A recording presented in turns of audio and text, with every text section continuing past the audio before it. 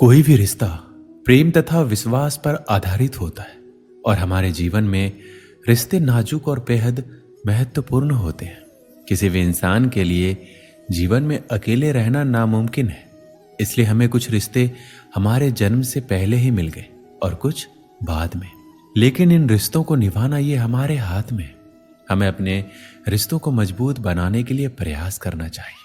हर रिश्ते में विश्वास का होना बहुत जरूरी है, तभी वो रिश्ता लंबे समय तक टिक पाएगा। रिश्ते को बेहतरीन बनाए रखने के लिए उसकी नींव मजबूत होनी चाहिए। ऐसे में किसी एक का विश्वास भी डगमगा जाए तो पूरी नींव हिल सकती है। तो कई बार आपसी मतभेद की वजह से रिश्ते के टूटने तक की नौबत आ जाती है। इसलिए इनकी अहमियत को समझना चाहिए। रिश्तों के बिना मनुष्य का जीवन अधूरा है। अपने रिश्तों और पैसों की कदर एक समान करें। दोनों का कमाना मुश्किल है, लेकिन गंवाना बहुत आसान। रिश्तों को शब्दों का मोहताज ना बनाइए। अगर अपना कोई खामोश है तो खुद ही आवाज लगाइए। रिश्ता निभाना हर एक के बस की बात नहीं है।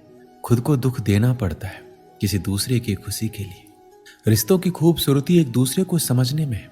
खुद जैसा इंसान तलाश करोगे तो अकेले रह जाओगे। बहुत विनम्रता चाहिए रिश्तों को निभाने के लिए। छल कपट से तो सिर्फ महाभारत रची जाती है। जहां सफाई देनी पड़ जाए हर बार, वो रिश्ते कभी गहरे नहीं होते। रिश्ते नाते वो होते हैं जिसमें शब्द कम लेकिन समझ ज्यादा हो, जिसमें तकरार कम और प्यार ज्यादा हो, जिसमें आशा कम और भरोसा ज्यादा हो। अगर दो व्यक्ति में कभी लड़ाई ना हो तो समझ लेना कि रिश्ता मन से नहीं दिमाग से निभाया जा रहा है। प्यार इंसान से करो, उसकी आदत से नहीं। रूठो उनकी बातों से, मगर उनसे नहीं। भूलो उनकी गलतियों पर, उन्हें नहीं, क्योंकि रिश्तों से बढ़कर कुछ भी नहीं। अच्छे लोगों का हमारे जीवन में आना भाग्य की बात है, लेकिन उन्हें संभाल कर रखना वो हमारे हुनर की बात है। 1 मिनट लगता है रिश्तों का मजाक उड़ाने में और सारी उम्र बीत जाती है उस रिश्ते को बनाने में। अपने रिश्ते को बारिश की तरह ना बनाइए जो आई और गई, बल्कि रिश्ते ऐसे बनाए जो हवा की तरह हमेशा आपके संग रहे। एक सच्चा दोस्त वही होता है जो पूरी दुनिया के चले जाने के बाद भी आपके साथ होता है। दुनिया का सबसे बेहतरीन रिश्ता वही होता है जहां एक हल्की सी मुस्कुराहट और एक छोटी सी माफी से जिंदगी दोबारा पहले जैसे हो जाती है। कोई भी रिश्ता तोड़ने से पहले एक बार स्वयं को पूछ ले कि आज तक इस रिश्ते को क्यों निभा रहे थे।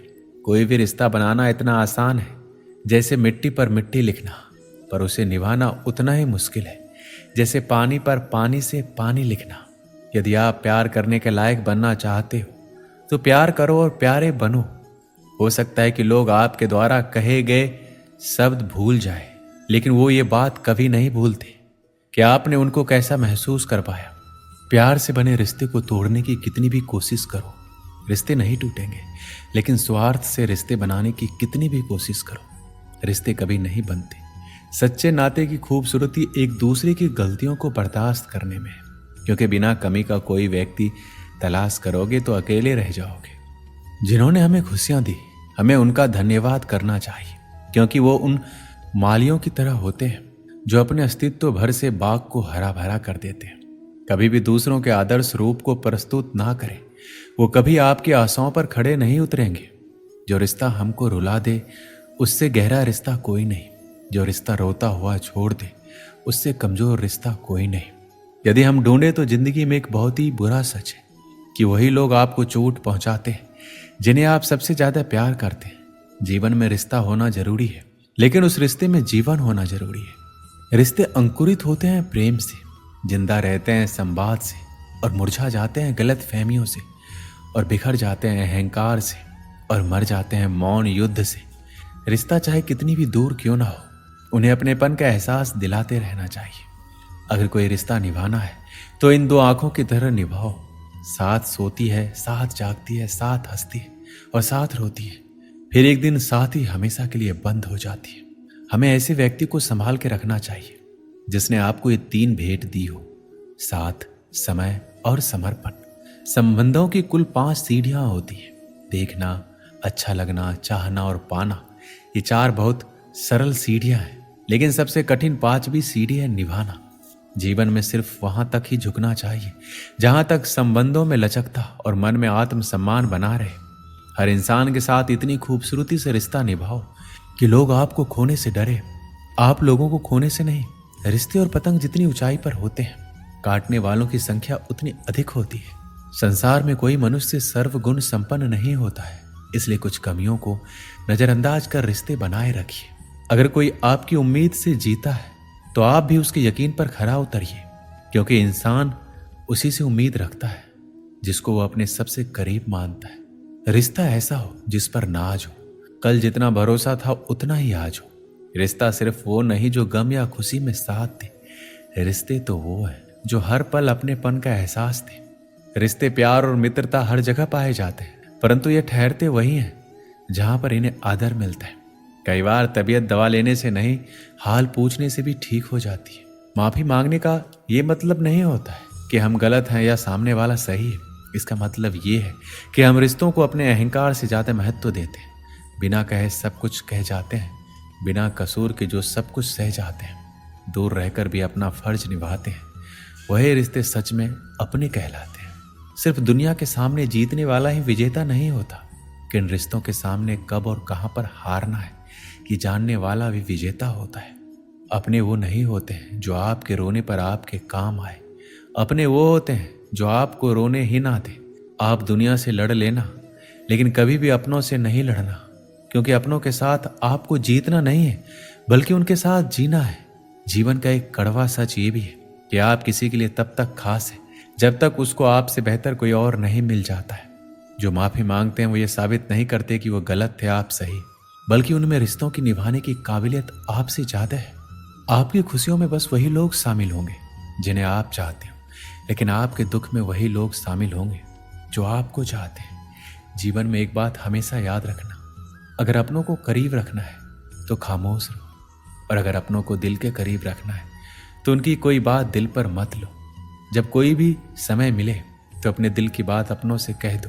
बहुत दिनों तक खामोश रिश्ते ज्यादा दिनों तक जिंदा नहीं रहते हैं। जीवन में वही रिश्ता सफल होता है जो दुनिया की मजबूरियों से ज्यादा अपने दिल के जज्बातों की परवाह करता हो।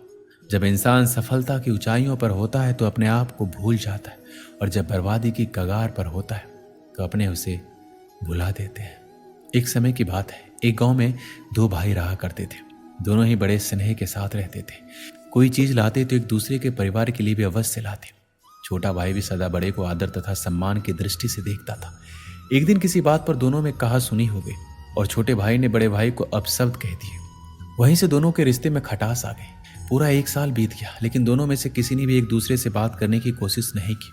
जब छोटे भाई की बेटी की शादी का अवसर आया तो उसने सोचा कि बड़े तो बड़े ही होते हैं, मैं उन्हें मना लेता हूँ। उसने भाई से बीती बातों की क्षमा मांगी और घर का विवाह कार्य संभालने का निवेदन किया।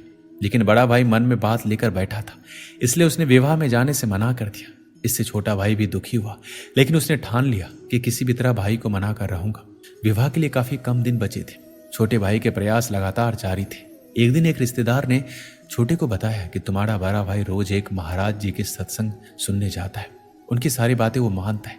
इसके बाद छोटा भाई उन संत के पास पहुंचा और पिछली सारी बात बताते हुए अपनी गलती के लिए क्षमा याचना की और पश्चाताप व्यक्त किया। उसने संत से निवेदन किया कि आप मेरी बेटी के विवाह में मेरे बड़े भाई को आने के लिए राजी कर दें। दूसरे दिन जब बड़ा भाई सत्संग में गया तो संत ने उससे पूछा, क्यों, तुम्हारे भाई के यहाँ कन्या का विवाह है क्या? तुम क्या काम संभाल रहे हो? उसने जवाब दिया, मैं तो विवाह में सम्मिलित ही नहीं हो रहा हूँ। कुछ वर्ष पूर्व मेरे भाई ने मुझे ऐसे कड़वे वचन कहे थे जो आज भी मेरे हृदय में कांटे की तरह खटक रहे। संत जी ने कहा, सत्संग के बाद मुझसे मिलकर जाना। सत्संग समाप्त होने के बाद बड़ा भाई संत के पास पहुंचा तो उन्होंने पूछा, मैंने बीते रविवार को जो प्रवचन दिया था उसमें क्या कहा था? कुछ देर सोचने के बाद वह हाथ जोड़कर बोला, माफी चाहता हूं, मुझे कुछ याद नहीं आ रहा। संत ने कहा, देखो, मेरी बताई हुई अच्छी बातें जो तुम्हें 8 दिन भी याद नहीं रहे और छोटे भाई के कड़वे बोल जो 1 वर्ष पहले कहे गए थे वो तुम्हें आज भी हृदय में चुभ रहे हैं। जब तुम अच्छी बातों को याद नहीं रख सकते तो उन्हें जीवन में कैसे उतारोगे? अगर जीवन नहीं सुधरा तब सत्संग में आने का लाभ ही क्या है? इसलिए यहां मत आया करो। यह सुनकर बड़े भाई की आंखें खुल गई और उसने आत्मचिंतन कर स्वीकार किया कि वास्तव में हम सब कड़वे शब्दों को दिल में बसाकर गांठ बांध लेते हैं। जीवन भर उसे सोचकर अपने जीवन में दूसरों के प्रति नफरत बढ़ाते जाते हैं, लेकिन बात करके उसे सुलझाने का प्रयास नहीं करते, क्योंकि हमारा अहंकार हम पर हावी होता है। इसके बाद बड़े भाई ने संत से भूल की क्षमा मांगी और अपने भाई को माफ कर दिया। दोस्तों, इस वीडियो में बस इतना ही। मिलते हैं अगली वीडियो में। अपना ख्याल रखिएगा। जय श्री कृष्ण।